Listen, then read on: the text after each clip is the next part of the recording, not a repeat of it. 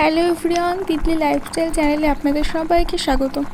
আজকে আপনাদের সাথে শেয়ার করব কিভাবে নিরামিষ আলু পটল দিয়ে পনির রান্না করা হয়। তো চলুন রান্নাটা আপনাদের দেখি। প্রথমে আলু পটলগুলোকে ভালোভাবে ধুয়ে কেটে নিতে হবে। তারপর একটা মশলার পেস্ট করে নিয়েছি কাঁচা লঙ্কা, আদা এবং টমেটো দিয়ে। এরপর আলুগুলোকে ভেজে নিতে হবে।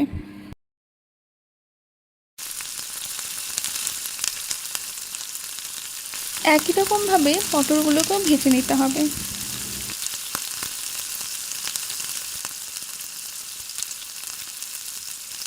কড়াইতে তেল দিয়ে পনিরগুলোকেও সামান্য ভেজে নিতে হবে।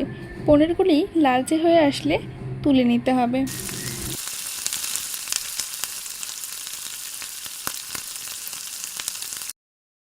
সব উপকরণগুলিকে ভাজা হয়ে গেছে।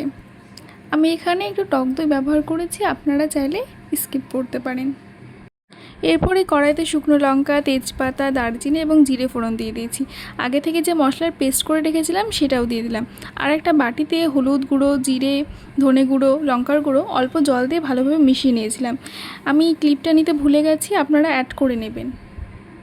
পরিমাণ মতো লবণ, স্বাদ মতো চিনি দিয়ে মশলাটাকে ভেজে নিতে হবে যতক্ষণ না মশলাটা থেকে তেল ছেড়ে আসছে।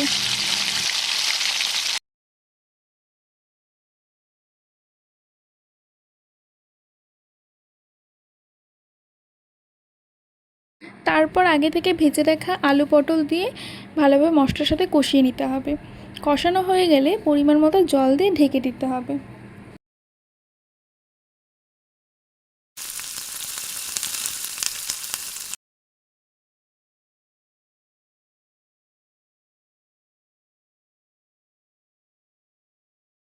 ফুটে উঠলে ভেজে রাখা পনিরগুলো দিয়ে অল্প ফুটিয়ে নিলে রেডি আলু পটল দিয়ে নিরামিষ পনির রেসিপি। তো আপনাদের এই রান্নার ভিডিওটা কেমন লাগলো জানাবেন এবং অবশ্যই একটা লাইক এবং সাবস্ক্রাইব করবেন। আজ তবে এতটুকুই থাক।